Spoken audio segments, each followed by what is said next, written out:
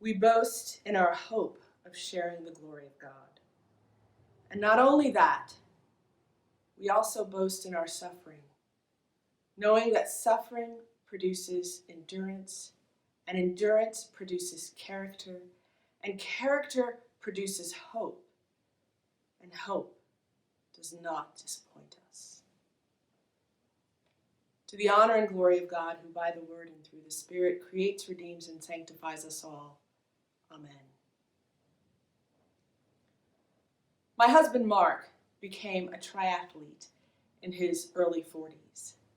He was already a swimmer and a runner, and he decided to take up this challenge of racing in races that required swimming and biking and then running. He's done several triathlons. He's done an Ironman, but his preferred distance is the half iron and the international distance. Mark's training has taught me a lot about my own training for much shorter, easier races, but also about what it means to live this life of faith. Mark would tell you that he's not a good or great athlete, but he manages to be competitive in these races. In his age group, he does really well. And when I asked him why he thought that was, he said it's because he's learned to live with discomfort. He's learned to discern the difference between pain, which is bad, and discomfort. Because discomfort is a mental thing. It's something that you have to push through mentally and physically and emotionally. But discomfort doesn't kill you. Pushing through it actually makes you stronger. I've learned from my husband and his training for triathlons a little bit more. I've gained a little bit more insight into Paul's use of the race as a metaphor for the life of faith, of Paul's focus on endurance in the life of a disciple. Because the life that you and I are called to live is a life that we have to practice. It requires training. We have to get better at doing the things that we are called to do. We have to get better at living the way we are called to live, and we do that with practice. We have to practice prayer. We have to practice forgiveness. We have to practice being the voice of those who have no voice. We have to practice justice and mercy over and over again until it becomes a part of who we are. Until we get to the place where we're doing the right thing, not because people are watching, not because there are cameras filming, but we're doing the right thing because it is the right thing. Where we're living the way Jesus calls us to live, because that is who we are as baptized disciples. We live in such a way that we emulate Christ. And what Paul knew from personal experience is that living this way will become uncomfortable. Living this way will stretch us. And it will be a mental and physical and emotional test for us.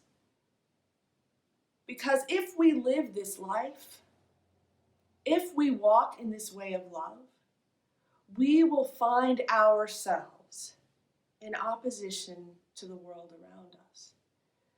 We will find ourselves, as it says in the letter to the Ephesians, struggling against the powers and principalities and the forces of evil in this world.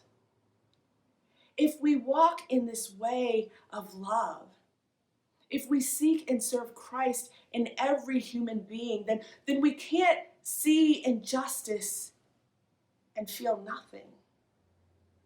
We can't see injustice and do nothing. And when we stand against the powers and principalities of this world, we will meet opposition. Jesus warned the disciples about them, saying, "See, I am sending you out like lambs in the midst of wolves, so be wise as serpents and innocent as doves."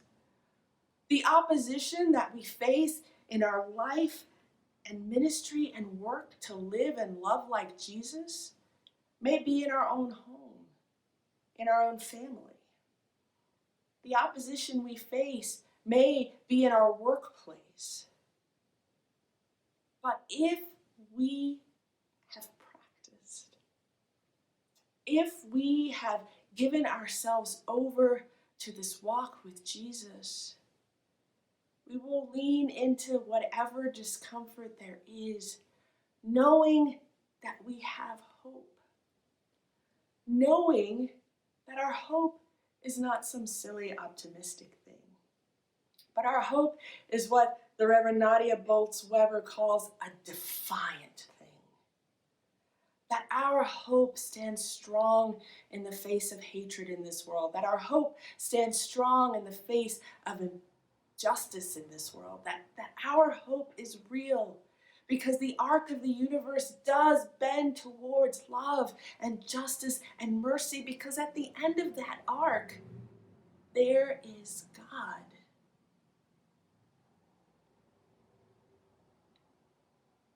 In this world, in this time, where we are beset by not only a global pandemic, but civil unrest in our nation,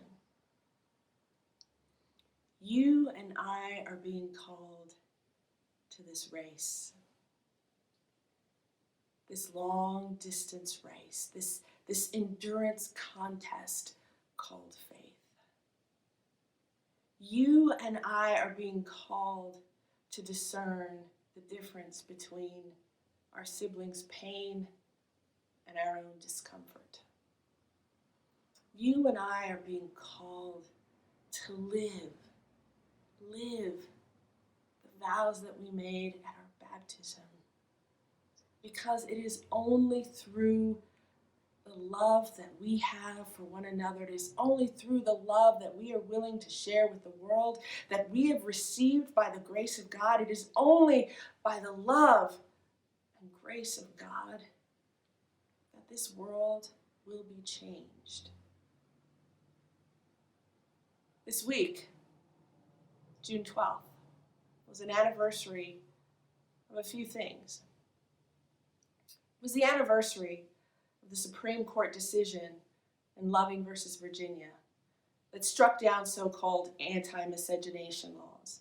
Laws that would have prevented me from legally marrying my husband, Mark, because he is white and I am black. It was also the anniversary of the death of civil rights activist and World War II veteran Medgar Evers, who was murdered in the cause of justice. It is also the anniversary of the tragic shooting at the Pulse nightclub. June 12th is an anniversary of progress and of pain. An anniversary that reminds us that there is still so much work to be done in this world for the call and cause of equality and justice. For a world in which all of God's children are treated with dignity and respect. It is a big task that you and I face. It is a challenge for us to live and love like Jesus in this world. It is a challenge for us to overcome the mental, emotional, spiritual, and physical challenge of leaning in to our discomfort, that we might lean into faithfulness. But we can do it because we have hope. And our hope is not a fragile thing. Our hope is a sure thing. Our hope is built on nothing less than Jesus' blood and righteousness.